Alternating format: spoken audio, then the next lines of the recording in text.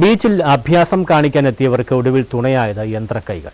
കൊല്ലം Mayyanad Mukkam ബീച്ചിലാണ് car കടപ്പുറം വഴി ഓടിക്കാൻ ശ്രമിക്കുന്നതിനിടെ വാഹനത്തിന്റെ ടയറുകൾ മണ്ണിൽ പുതഞ്ഞുപോയത്. ഒടുവിൽ JCB കൊണ്ടുവന്ന വാഹനത്തിൽ കെട്ടിയാണ് ഉയർത്തി കരയിലെത്തിച്ചത്. മയ്യനാട് മുക്കം ബീച്ചിൽ കാർ കടപ്പുറം വഴി ഓടിക്കാൻ ശ്രമിക്കുന്നതിനിടയിലാണ് കാറിന്റെ ടയറുകൾ മണ്ണിൽ പൂണ്ടുപോയത്. ഇതോടെ തിരമാലകളുടെ മുകളിലൂടെ വാഹനം ഓടിക്കാനുള്ള ശ്രമമാണ് പൊളിഞ്ഞത്. അപകടകരമായ രീതിയിൽ വാഹനം ഓടിച്ച് സാഹസികത കാണിക്കുകയായിരുന്നു കാറിലെത്തിയവർ. വാഹനത്തിന്റെ 4 ടയറുകളും മണ്ണിൽ താഴ്ന്നുപോയി. വൈകാതെ കൂറ്റൻ തിരമാലകളും കാറിലേക്ക് അടിച്ചു കയറി. വാഹനത്തിലുണ്ടായവർ പുറത്തിറങ്ങി. ഈ സമയം ഇതുവഴി യാത്ര ചെയ്തവർ ഇരവിപുരം പോലീസിൽ വിവരമറിയിച്ചു. തുടർന്ന് പോലീസും എത്തി. അതോടെ ആളുകളും കൂടി. എന്നാൽ വാഹനം കരയ്ക്ക് കയറ്റുവാനുള്ള ശ്രമങ്ങൾ പലതും നടത്തിയെങ്കിലും പരാജയപ്പെട്ടുപോയി. കാർ തിരയിൽപ്പെട്ടു എന്ന വാർത്തയറിഞ്ഞ് നിരവധി ആളുകൾ ഇവിടേക്ക് എത്തിച്ചേർന്നു. എല്ലാവരും കൂടെ വാഹനം ഉയർത്താൻ ശ്രമിച്ചിട്ടും നടന്നില്ല.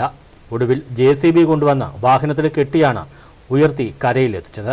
ഇതിലേക്ക് വഴി വരുമ്പോഴത്തേക്ക് ഞാനും മുന്നും കൂടെ മുക്കം വരെ ഒന്ന് പോകണമായിരുന്നു. വന്ന വഴിക്കാണെങ്കിൽ ഒരു കാറ് ഏതെങ്കിലും നമ്മളെ ഈ നാട്ടിൽ ഏതെങ്കിലും മണ്ടന്മാർ ചെയ്യുന്ന പണിയാണ്. കടലിൽ കൊണ്ട് അങ്ങനെ ഒരു മനുഷ്യൻ പോലും ഇറക്കത്തില്ല. ഈ പറയുന്ന ഒരു മനുഷ്യനും കൊണ്ടുപോകുന്നത് ഇത്രയും മണ്ടന്മാരായിട്ടല്ലേ ഈ കാർ കൊണ്ടത് കടലിൽ കൊണ്ട് ഇറക്കിയിട്ടുണ്ട്. ഇത്രയും ജനങ്ങളും വന്ന് നോക്കി JCB വന്ന് വലിച്ചു കയറ്റാൻ വലിയ പാടാണ്.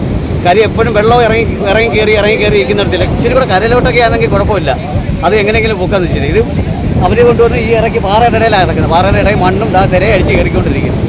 എന്തോ നമ്മൾ പറയേണ്ടത്, ഇതിനകത്ത് മറുപടിയൊന്നുമില്ല പറയാൻ. ജനങ്ങൾ എത്തിക്കാൻ ശ്രമം നടത്തിയാണ് വടമൊക്കെ കെട്ടി വലിച്ചു നോക്കിയിട്ട് ഒരു രക്ഷയില്ല. ആൾക്കാർ ഇവിടെ ഒരുപാട് പേരുണ്ടായിരുന്നു, നടന്നില്ല. പലപ്പോഴും മയ്യനാട് മുക്കം ബീച്ചിൽ ഇത്തരത്തിലുള്ള സാഹസിക പ്രവർത്തനങ്ങളിൽ പലരും ഏർപ്പെടാറുണ്ട്. ഒരുപക്ഷെ ബീച്ച് എന്ന പേര് മാത്രമാണ് ഇവിടെയുള്ളത്. അടിസ്ഥാന സൗകര്യങ്ങൾ ഒന്നുമായിട്ടില്ല.